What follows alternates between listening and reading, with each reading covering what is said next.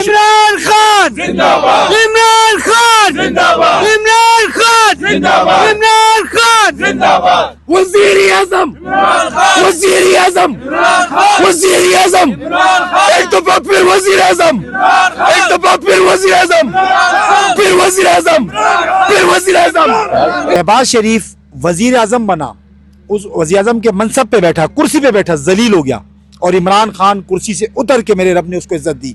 तो यहाँ से जो बात हम कहते हैं कि इज्जत जिल्लत मेरे रब के हाथ में, कुर्सी में नहीं होती, तो इसी तरह जो इमरान खान जेल में पड़ा है, क्या आपको लगता है वो वज़ीर आज़म नहीं बन सकता था? क्या आपको लगता है वो निकल नहीं सकता?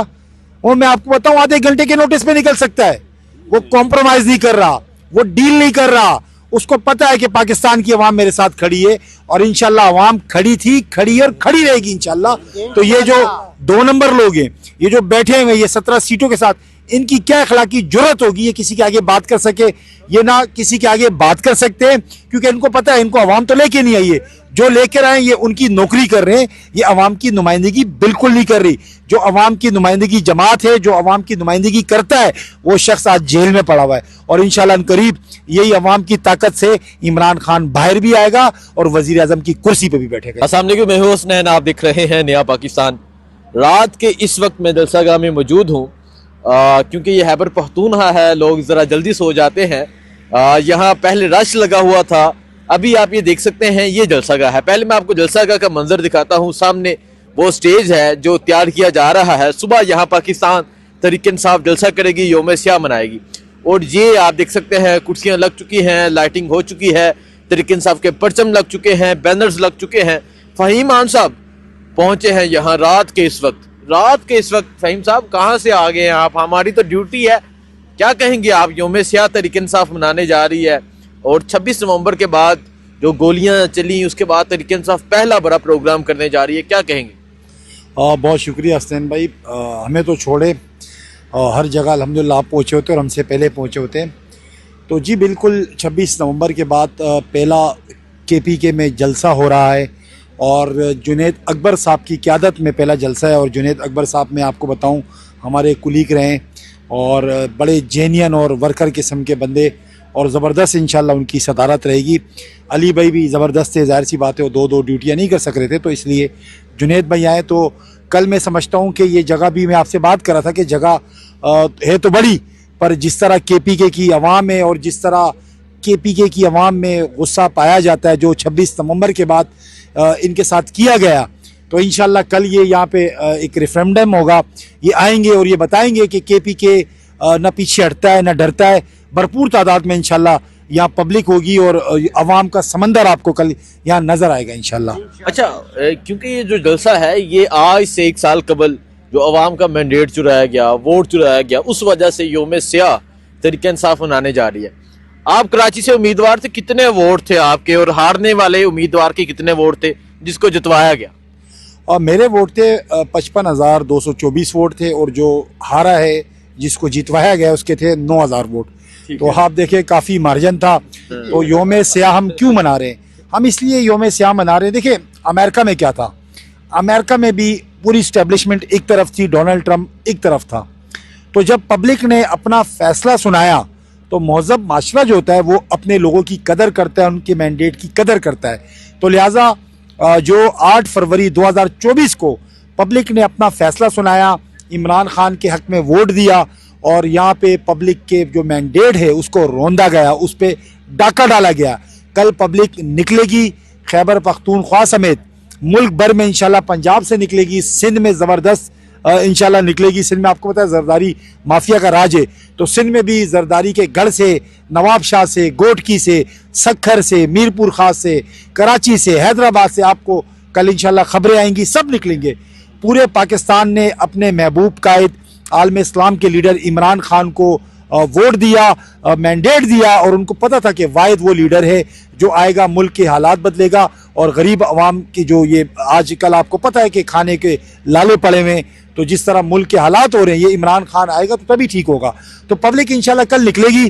मैं आपको बताऊं कि मैं भी कराची में मैंने डोर टू डोर कैंपेन की, हैंड बिल तकसीम किए और मैं ये समझ रहा था कि लोग कहेंगे जी हमने तो वोट दे दिया ख़त्म। आप यकीन जाने हसनैन भाई, लोग इतने जज्बे में हैं, लोग कहते हैं कि हम फिर निकलेंगे और हम इनसे पूछेंगे हमने वोट इमरान खान को दिया तो वोट हमारा गया कहाँ पे, हमारे वोट पे डाका क्यों डाला गया। तो इंशाल्लाह कल भरपूर तादाद में पब्लिक निकलेगी और इंशाल्लाह पब्लिक तब तक नहीं मानेगी, पब्लिक तब तक नहीं छोड़ेगी और हम लोग तब तक चैन से नहीं बैठेंगे जब तक हमारा चोरी किया मैंडेट वापस ना आ जाए। अच्छा, योम स्याह तहरीक इंसाफ मना रही है और 17 सीटों वालों को जो हुकूमत दी गई, फिर उसके बाद जो हुआ, क्या कहना चाहेंगे आप? देखिए जी, मुझे बताया अवाम ने जिसको मैंडेट दिया, अवाम ने जिसको चुना, अवाम ने जो तर्जमानी जो अवाम के दिलों की करता है, अवाम ने जिसको अपना रहबर, अपना रहनुमा, अपना हुक्मरान, अपना वजीर आजम चुना, वो तो जेल में है। देखिए, मैं अक्सर ये बात करता हूँ हसनैन भाई कि जो शख्स जेल में, जो लीडर जेल में उसको ये पता लग गया है कि कुर्सी में इज्जत नहीं है, ओहदे में इज्जत नहीं होती। इंसान के अंदर खुददारी होनी चाहिए, इंसान के अंदर एक सेल्फ रिस्पेक्ट होनी चाहिए।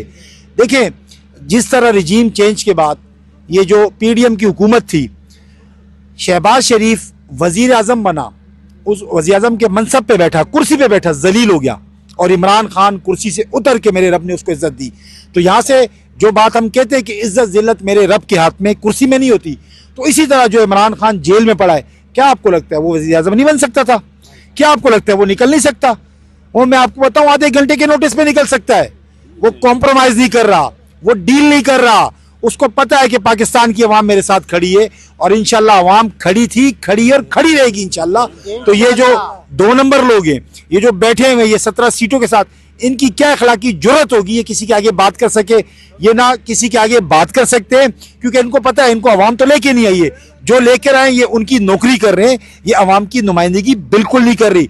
जो अवाम की नुमाइंदगी जमात है, जो अवाम की नुमाइंदगी करता है, वो शख्स आज जेल में पड़ा हुआ है और इंशाल्लाह करीब यही अवाम की ताकत से इमरान खान बाहर भी आएगा और वजीर आजम की कुर्सी पे भी बैठेगा इंशाल्लाह। अच्छा फहीम साहब, ये बताएं कि इमरान खान ने कल जेल में बैठ के कहा कि मैं वापिस आऊंगा, मतलब ये 3-4 अल्फाज है, मैं वापिस आऊंगा, लेकिन इस टाइम सारे मीडिया पे ये डिस्कस हो रहा है कि उसने किस वजह से कहा मैं वापिस आऊंगा।